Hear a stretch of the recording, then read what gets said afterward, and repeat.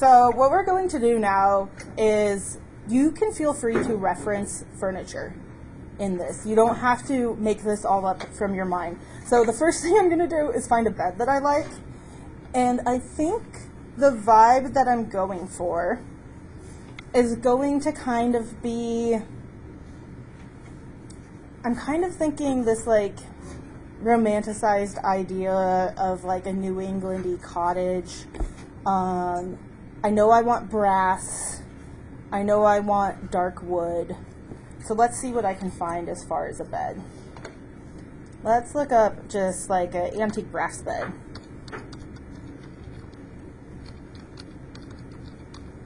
Just giving yourself parameters can be so helpful. No, it's gonna be shaded. Part of why I'm choosing brass here is so that I can show off the highlights on a metallic. I like this one actually a lot. That's cute. Let's go look at this.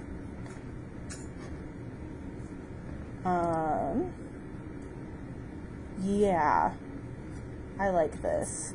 So if I go to save this, it's probably a web app file, which just takes me to the link of the photo. So what I'm going to do instead, so that I just have a photo of this to work from and I don't have to deal with this whole interface, is I'm going to go to the snipping tool here. And if you're on an Apple, you'll have to look up how they do screenshots. It has been so long since I've done one. Then I can pull, do that. Now I just have this photo. And I can save this. So I might go to File and Home. I'm going to make a new file for Project 2.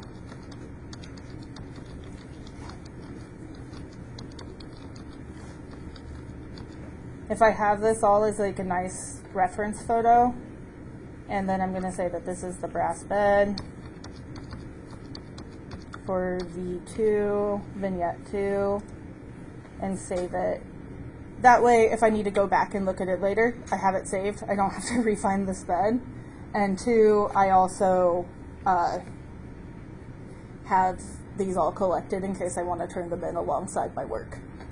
So I'm going to grab this and pull this way and take this up here. Now we're going to begin the drawing. I have figured out, once again, my perspective beforehand.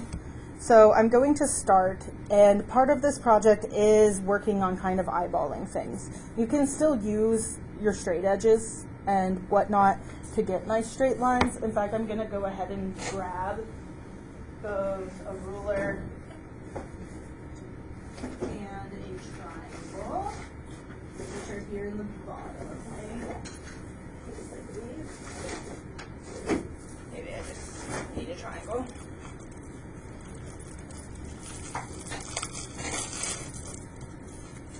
I'll find a ruler if I need one. And I just want to figure out the initial layout of the bed. I know I need to bring it further over on this side of the page because I want to include that desk and such in the space.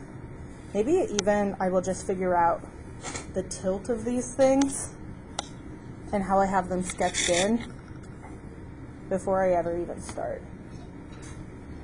Okay, so I'm checking once again with my pencil, bringing it over, adjusting the angle here so that it matches my pencil, and then just lightly putting in that line. I'm going to put it in a little darker than I actually would put it in so that you guys can see, but probably at this point I would normally be drawing in my 4H because it'll be easier for me to erase. The less actual graphite I'm putting on the page, and then I'm also not putting down a lot of pressure, because when you work on a surface like this Bristol, if you put down a lot of pressure, it actually creates dents in the page, and that's harder to erase out of than a smooth surface. So you just want a nice light hand. Then I need to figure out the angle here. Ooh. and match that in. Okay. Now I can figure out my bed. I'm going to bring the bed through here. And this is kind of where I decide on proportion of things in the room as well. So if I make the bed smaller, then everything else will also need to be smaller to make the bed look like the right size. So let's make the bed come to about there, and then we'll drop it down, give myself the basic shape here, and then imagine the perspective line coming back to some point over here. But I don't want it too sharp.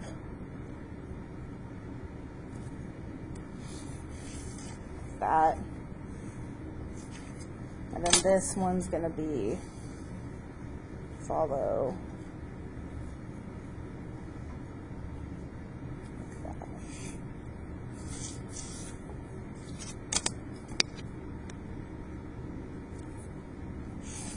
And then this needs to come down. Okay. That might be a little bit too sharp of perspective even. So I might need to bring the corner in more.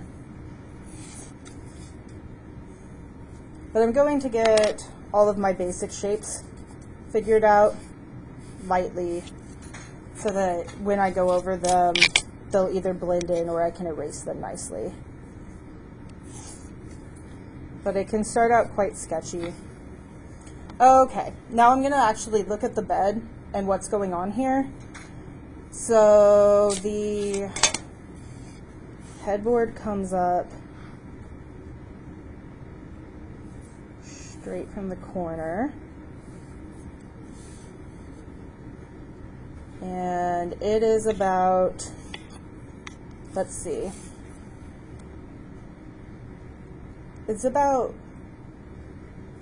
if I put a line like right there just above the mattress, it's about like double as high from the floor. So if I do there, that looks about right. I can also adjust proportions. I don't have to copy this bed exactly.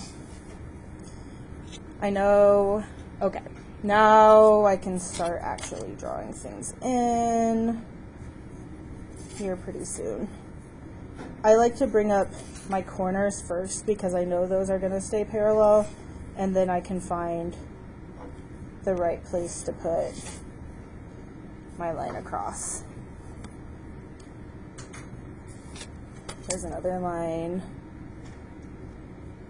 here. And I'm just looking at proportions and trying to figure out how things sit on the floor. Okay. So now I can come in and start sketching in all of the little detailing.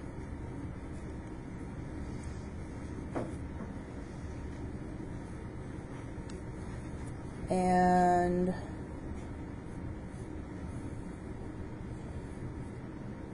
I really like that this is a modern piece, but it has a little bit of that like 20s aesthetic. So as I work on the bed, I'm also going to think about the other pieces of the furniture. Maybe I'll look for some more 20s or 30s pieces. Like maybe the desk over here, I'll look for like a waterfall vanity. That would be really cool and fit with my personal aesthetic nicely.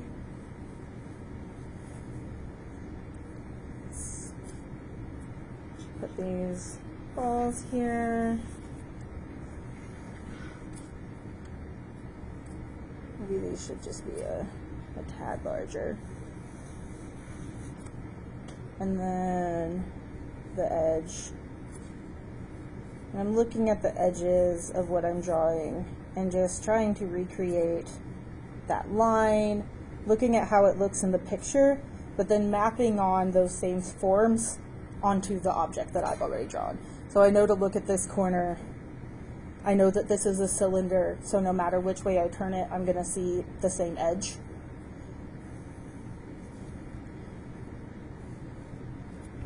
And then I have the same little, like, curve out, curve in, and just deconstruct the pieces so that you can go through and replicate them without a lot of hassle. And then this will continue down.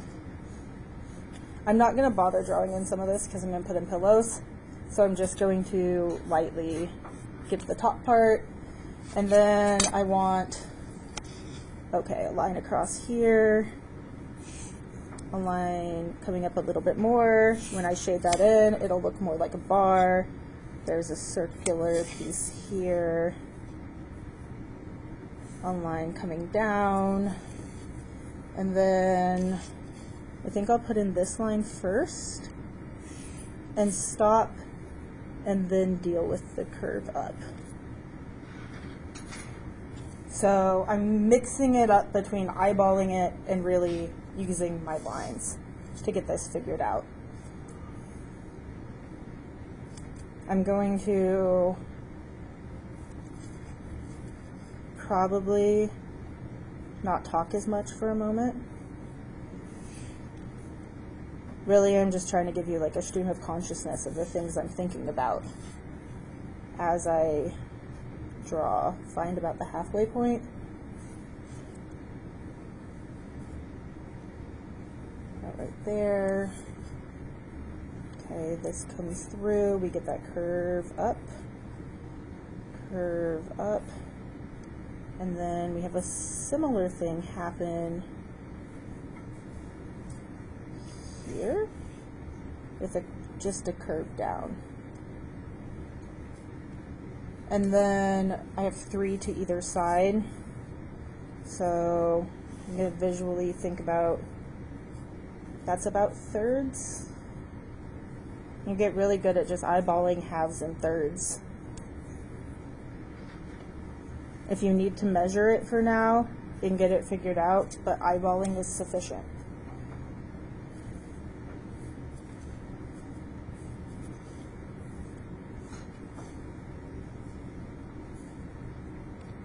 And then there's circles along the top, along the bottom. Oh, that went too far.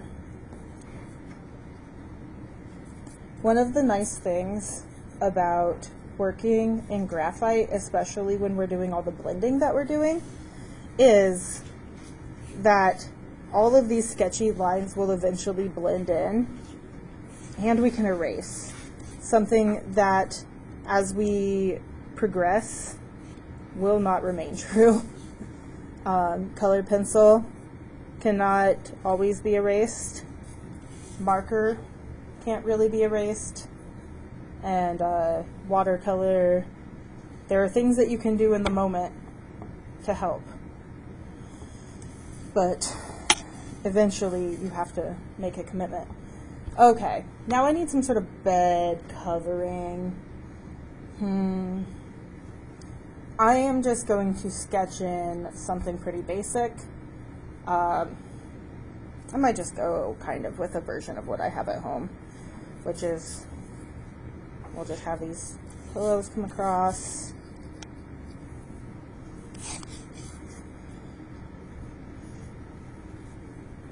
I like to give like little, almost, this honestly, this comes from my interest in drawing comics, like these little like cartoony corners to my pillows. And then I can always soften them up later, but it helps me give them a little bit of depth, curve them out. Then I won't need any of these lines in here, so I can go ahead and erase them out. I should use my good eraser though. The erasers on the ends of the pencils don't pick up as well. They're like a much harder eraser. So go in here.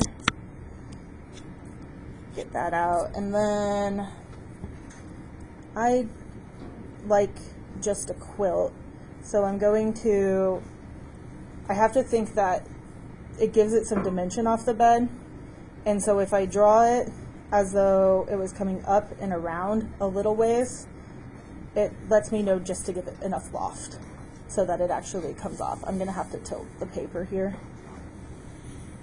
to get a nice line around, and then I just come a little bit past the actual edge because there's thickness to my quilt.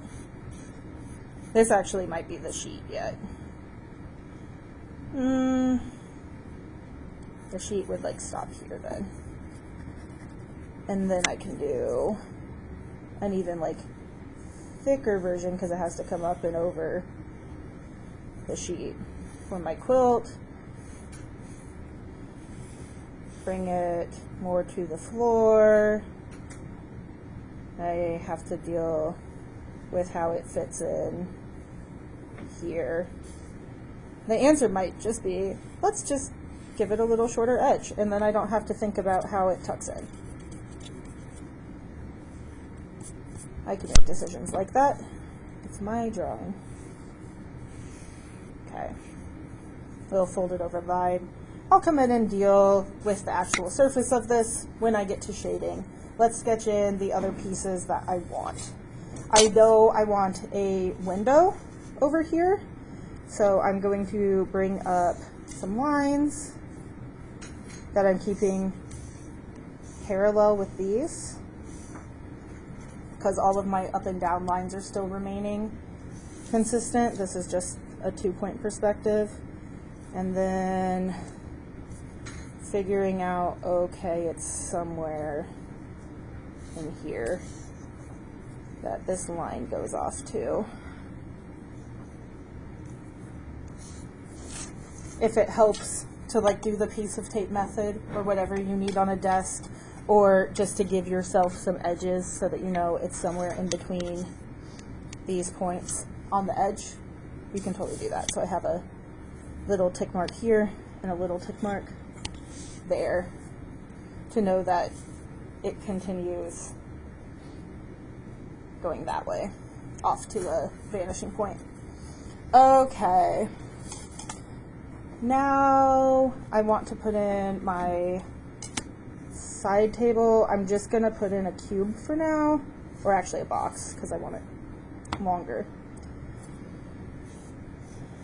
And I'm gonna make sure that I put in the back lines here and that the bottom of them is going to fall before this line. Oh, yeah, I need to move you over. Thank you. Before this line, that way it could actually physically sit in the space. If this line is up here, it's running through the wall. So give myself a bottom, and then actually this is at the same, no, it's sitting at a slightly different perspective from the bed, it looks like, where there's another vanishing point. Oh yeah, okay, I see it. Yep. So is the bed getting way off the wall? Yeah, maybe I did draw it a little forward.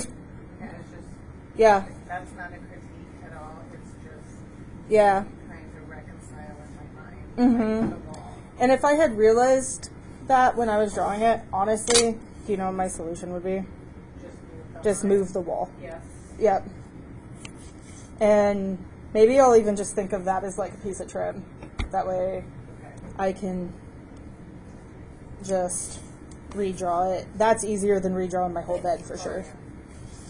Oh, that's crooked. So like as we're doing the vignettes, it's like, yes, Yeah. perspective, but not like perfection Yeah. perspective.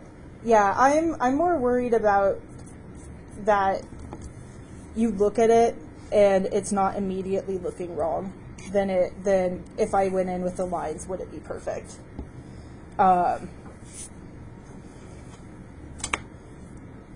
Some people like to do a more like fully rendered out, especially people who really love draftsmanship, they will be like, I want this to be a nice, perfect perspective. And if that's you, that's more power to you. That is just not where I am as an illustrator. And there's an acceptable level of wonkiness to something like a vignette, especially for a casual space versus like a corporate or blanking on my word, commercial space, where usually they're expecting almost like CAD level renderings. But that's not really what this course is about. This course is more about the ability to do hand-drawn renderings. You can use a straight advice. Yep. That's kind of what I'm doing here. Okay. Oh, yeah, sorry. Let's figure out the right angle here. Maybe draw it. I think it might be easier like for us to tape it down. Yeah, well, I don't care if you want to tape it down and figure that out. If you're trying to get those perfect perspective stuff, that might be easier for you. For me, when I'm doing my sketching, I need to turn my page too much. So in that case, if I wanted to have landmarks for perspective, what I might do is I might take a larger piece of paper, or honestly, what I would do at home is I'd cut open a paper bag from like the store, tape it out, draw a line that is the edge of my paper, place my paper in there, figure out my perspective points, and then I can turn this, but then if I reframe it, then I can go back and do perspective. So if you're wanting to do those perspective points rather than just this like kind of, you might get a little wonky, but it's a little faster. Eyeballed perspective. And then I need a chair. I don't need a chair because actually I just need these and some wall art, but it feels incomplete to me without some sort of settee here. So I'm going to just put in a cylinder right now and a base, and then I'll find a chair that I like to fit in this space. And then wall art. I want some wall art up here.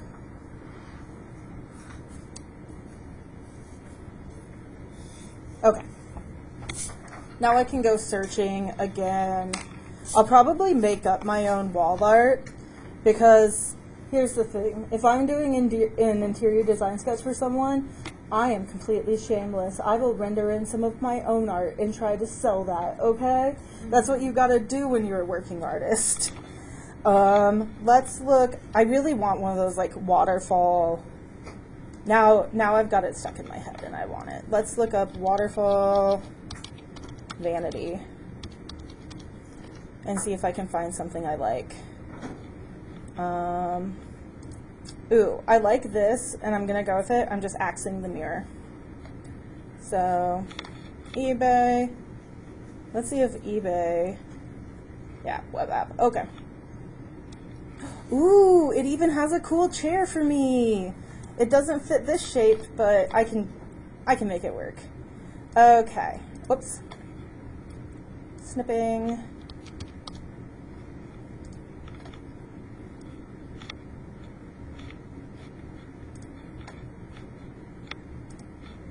New. Look at you. You're gorgeous. And then save as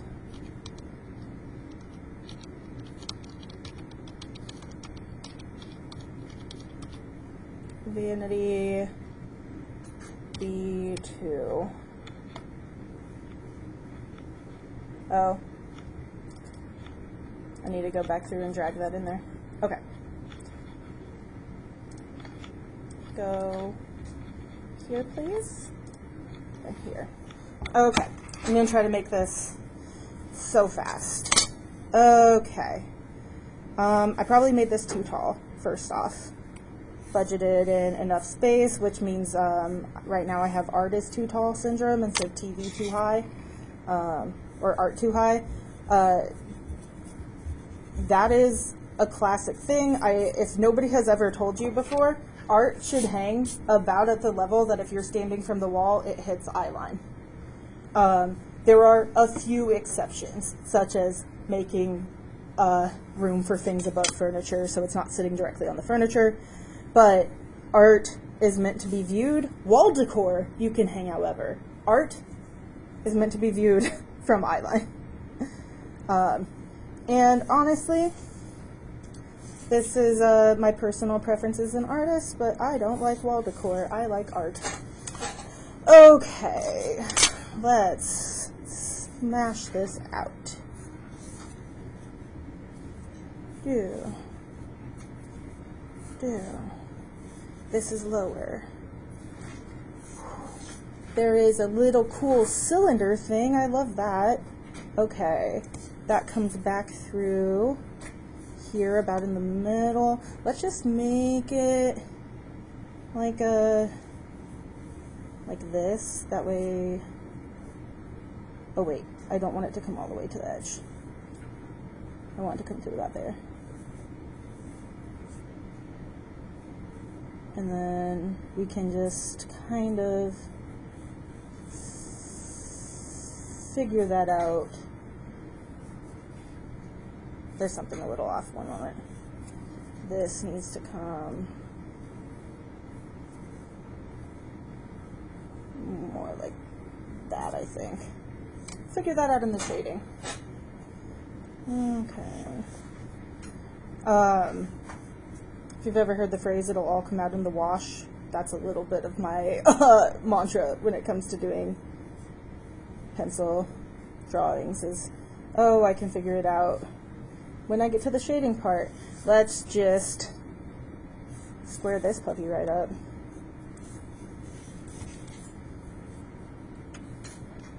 And hope that, ooh, I didn't leave enough room if it's going to be that thick. Okay. Get the better eraser. Less damaging to my paper. Okay. Let's do the top edge of this first. And then we can,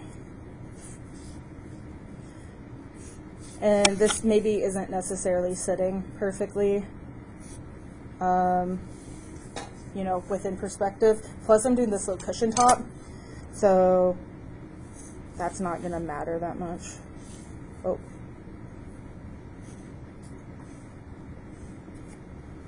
Maybe it's too big.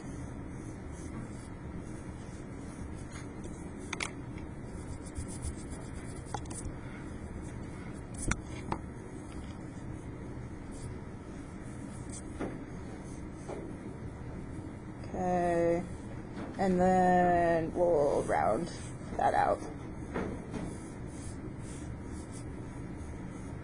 Okay, I have enough in here to start my shading and to figure out a lot of the other elements as I go. I guess I could put in some curtains and maybe raise this window a little bit higher. Oh, I kind of like how low it is though. What if it has a sill? I get excited about having like a little ledge to set plants on. Okay. I think now I want the window taller.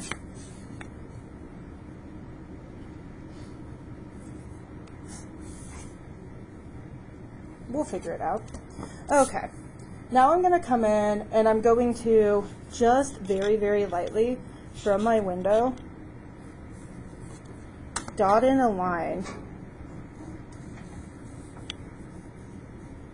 so that I know where this light, the angle that it's coming in. So what I want this to do is come in, I just want to imagine like as if I was going up and up and up until I could see the sun.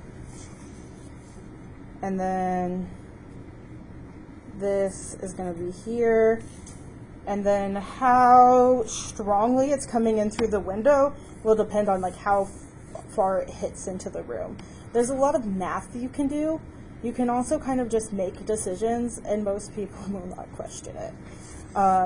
Because light changes, especially through a window. So what I'm going to do is I'm going to say this window really softly diffuses over this area to the point of about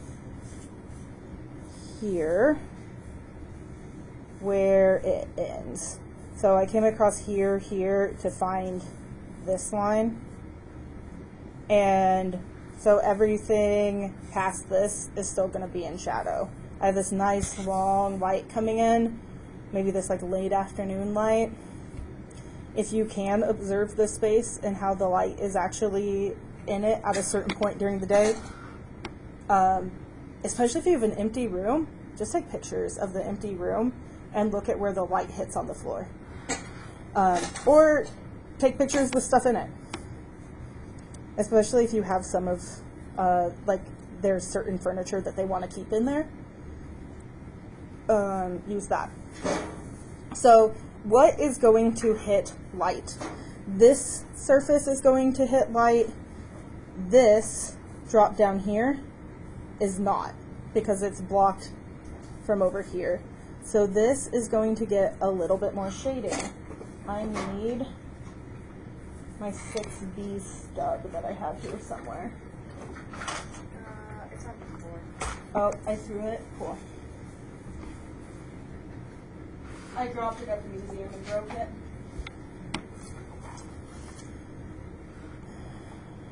Okay. So the first thing that I like to do is figure out what's getting blocked from the light, and that is this gets blocked from the light.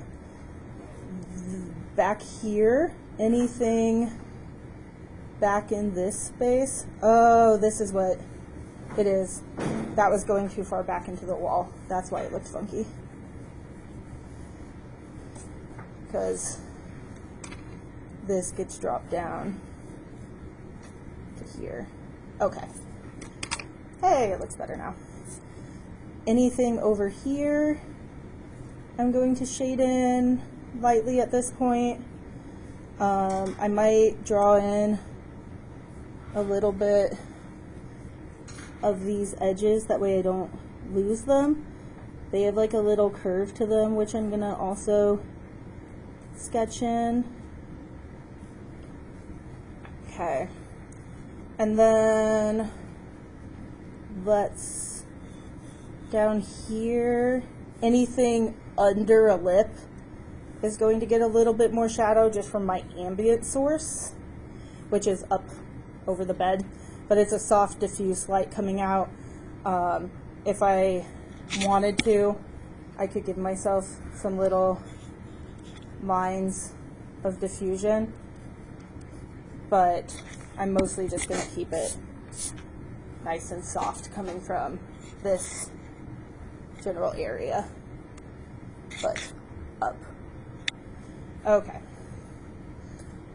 And we have a nice line here. Okay. We got to think about what's under. So the back of this falls down here. Anything under here is definitely darker. And back hits the shadow from underneath the table. So you can even see in the picture, they have a similar soft ambient light coming from somewhere up here. Here, their light is, you know, somewhat up here. Right, I'm going to draw in red. Right here is all in shadow. I'm just going to put that in nice and dark. And then this side of my settee, is going to be shaded in. I'm just going to put that in kind of a mid-value. One thing that I might start considering at this point is the wood grain on things like this satay, and I might go ahead and sketch some of that in, because when I come in and I take my blending stump and blend it, it will blend a lot of this out, and I can use the extra graphite from it as part of the grain, but also part of my shading. So if we think just a little bit ahead of time, we can save ourselves some time of thinking, okay, I will get in a little bit of this here, and then there's a ridge that goes across the bottom, and some like molding that I don't know how much of it I'll be able to see super clearly, but I'll leave it the lines there. And then let's see, it would still hit some here, but not here. And so let's get in some of those V marks. This has a veneer on it that's been cut on the bias to make that beautiful like V look. Very, very common in this style of furniture. And why it's not made anymore, because that's incredibly labor intensive. But if you can find yourself a woodworker friend, if you meet people who do cool things, make them your friends. Not just because they do cool things, but like friends who do cool things are cooler friends anyway.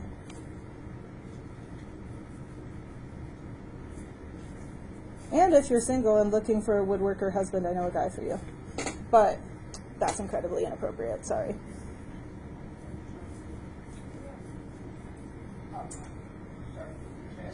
I just don't know single women anymore. Okay. And let's get in circles, circles. Get in some of this wood grain. So part of what I'm doing here is I'm just putting in my shading in the direction that the grain is running. There's some like much more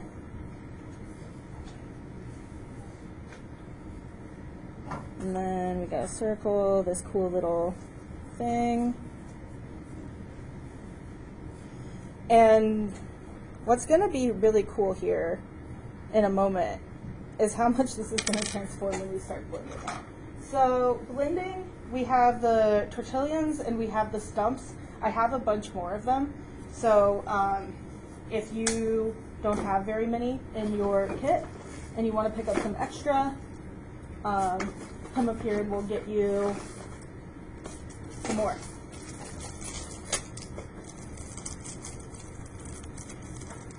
Oh, I was going to get more of these when I stopped today. Oh well. Okay. So what I'm going to do is I'm going to take my blending stump for the first part of this. These are just softer, but they have a bigger edge. Actually, I think I might use this first. And these have a harder edge, so they're better for doing fine detail. The tortillons are the like paper rolled ones, which you can't really see the rolled edge here. Whatever. So larger area, larger blending stump. I mostly got the 2s because they kind of are a nice medium in between really big ones and really small ones. I'm going to come in here. I'm going to use my tortillon right now, actually, because I want to cover large surface area quickly, and I'm going to use the side of it to do that. Oh, this is also where I need to start protecting my work to keep it from smudging. I probably could have been doing this all along. And so now, when I smudge all of this, it kind of gets rid of any uncertainty in my lines. And when I come back in with my blending stump to get any like more detailed spaces, if I go in the same direction that I want my grain running, any stroke visibility will just add to the look of the side of my piece. And then I can always come in and darken up the edge, and then blend it so that that softens nicely. And then I'm going to come along here. I need to tilt my paper a little bit to get in this line for the curvature of the satay. One thing to consider, as well as your just like what's in shadow, what's in light, is the relative value of what you already have. So if your relative value is pretty dark, you're not going to get a lighter value unless it is also shiny, like the edge here, which I will see a little bit right along there. So let's bring in this, and I'm going to remember these dotted lines, and right now I'm just going to leave them, and I'm going to get my darkest values in. And then I will probably just take what's ever left over here and lightly put it in that space so that I have a darker value where the light does not hit. And then to get my very lightest value of the shine along that edge, you almost can't see that this is shaded in. Let's go through here. Continue this, add that little curve. To get my very lightest value along this line, I'm going to squeeze this until I have a nice like flat edge, and I'm just going to brush it against there to lighten that back up. Now I have to deal with this over here.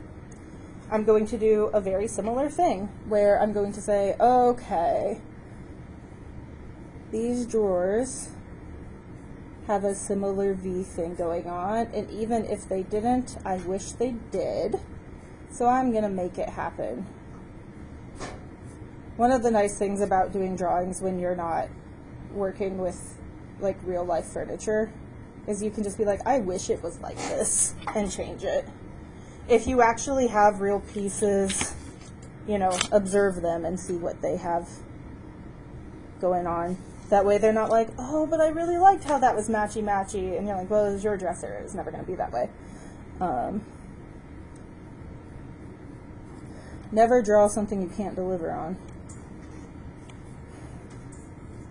But in this class, you don't have to deliver. Okay. So when I draw this upper drawer, because it's in my light zone here, I'm keeping the lines very light. That way I don't have as much to deal with when I come back in. And blending time. Okay. So the drawers are a little bit recessed from the frame, and so they do have a slightly darker edge, but then it gets to a lighter value pretty fast because that's not much of a corner for that light to have to go around. This just blocks just like a tiny little bit. And so you just want to think, you can even look in the picture and just be like, if the light was strongly hitting, where do I think that highlight would be? So I'm going to leave this really light because I know that this would be shiny, and wherever the light is hitting strong here is really shiny. I know the strength of my light is coming from this direction, so this is going to be a lighter value. So here, light is hitting strongly on this side, very light value. If I change the light to be here, it would be brighter here. And then I'm just going to run in the direction of that wood grain for now, leaving that light value. I do have to figure out how I want that corner to look. And then this, oh, this is actually recessed a little. Cool. So I will bring in how does that end up fitting along the edge of the drawer? It comes in like that. Okay. And this is what I mean where it will all kind of shake out as you start shading, is you'll be like, oh, okay, I now notice that this actually comes in quite a bit further, and I can make that happen by just adjusting the line and then shading out anything that was there beforehand. Here, I will get this shading in. I might adjust the bottom of this to just be a little bit neater.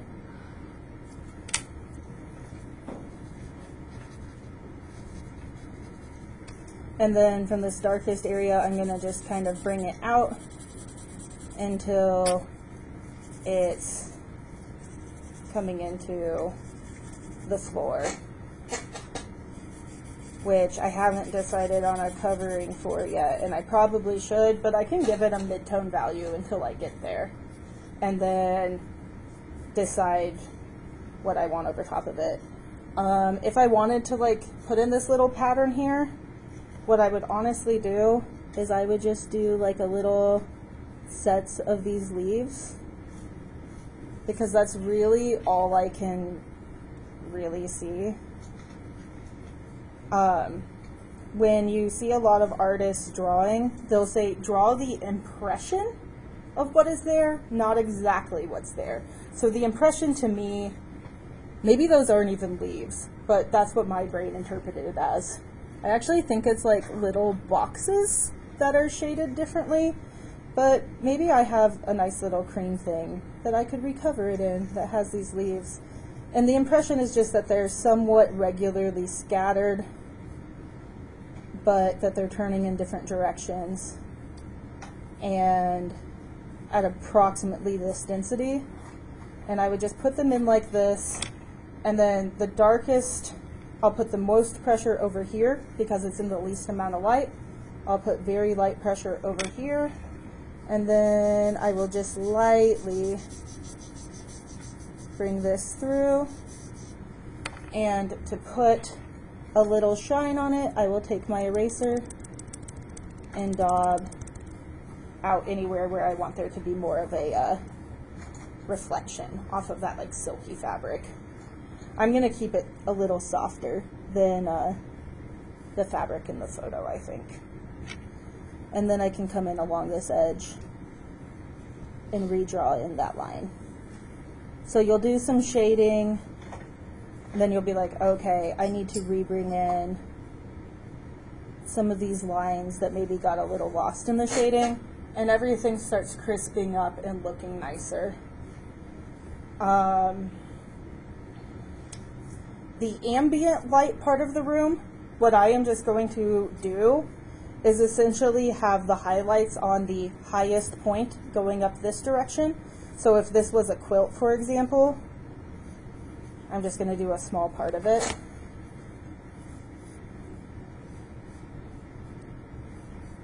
If this was a quilt, for example, the highest point is going to be in here, and it's going to shade out to the edges where my quilting line is.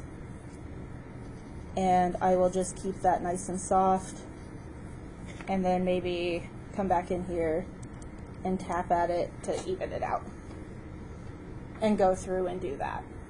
But I'm not going to change the lighting drastically across this plane because it's all being lit kind of similarly and evenly. Same thing with anything that's on this wall. Same thing with anything outside of any of my secondary light source here that is much brighter. Is it's all just going to kind of get a nice even glow from the top as my ambient lighting in the room. Any further questions about this type of rendering? I know it's a lot.